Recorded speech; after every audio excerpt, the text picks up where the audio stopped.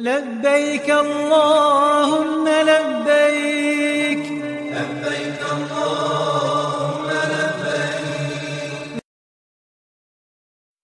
پھر ہم مسجد میں داخل ہوتے وقت، آپ مکہ میں ہیں، مدینہ میں ہیں، بار بار آپ کو مسجد جانا ہوتا ہے. خواتین عام طور پر اپنے اپنے علاقوں میں مسجد نہیں جاتی، لہٰذا وہ اس بات کی تکلیف بھی نہیں کرتی کہ مسجد کی دعا یاد کر لیں.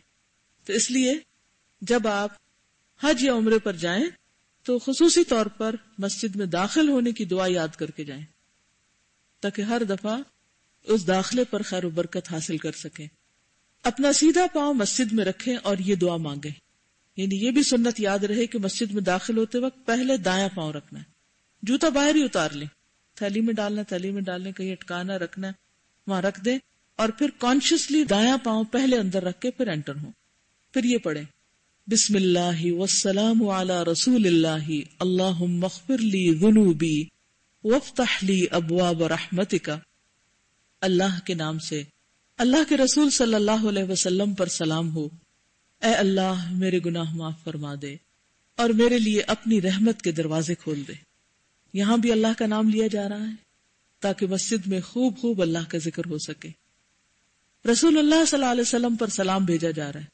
قرآن مجید میں اللہ تعالیٰ کا حکم ہے، یا ایھا الذین آمنوا صلوا علیہ وسلموا تسلیما، کہ آپ پر درود اور سلام دونوں بھیجے جائیں.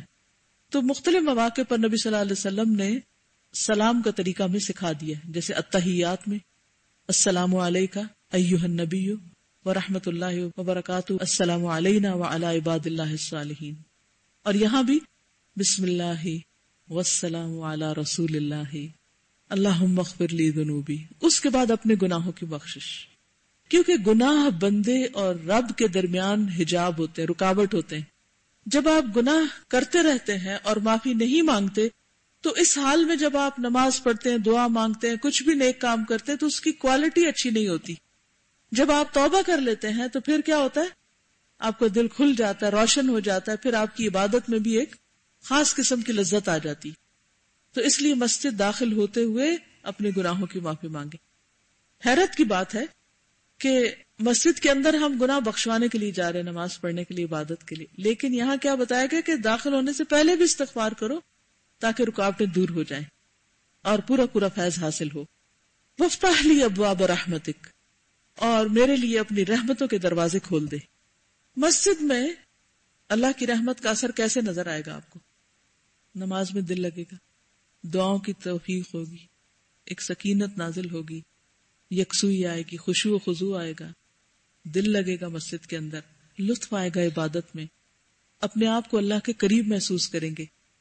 تو اس لیے پورے شعور سے دعا مانگے، اللہم افتح لی ابواب رحمتک. اس دروازے سے تو میں اندر جا رہا ہوں، لیکن کچھ دروازے اور بھی ہیں جو یوں نظر نہیں آتے. جیسے ایک بڑا دروازہ آرچ کے ساتھ نظر آتا ہے، اللہ کی رحمت کہیں عام ہے. اللہ اس دروازے سے داخل ہوتے ہوئے ساتھ ہی تو میرے لیے اپنی رحمتوں کے دروازے کھول دے تاکہ میں زیادہ سے زیادہ نیک کام کر کے تیری رحمت کا مستحق ہو جاؤں، تیری رحمت مجھ کو ڈھانپ لے. وَافْتَحْ لِي أَبْوَابَ رَحْمَتِكَ. اب دہرائیے، بسم اللہ والسلام علی رسول اللہ اللہم اغفر لی ذنوبی وافتح لی ابواب رحمتک.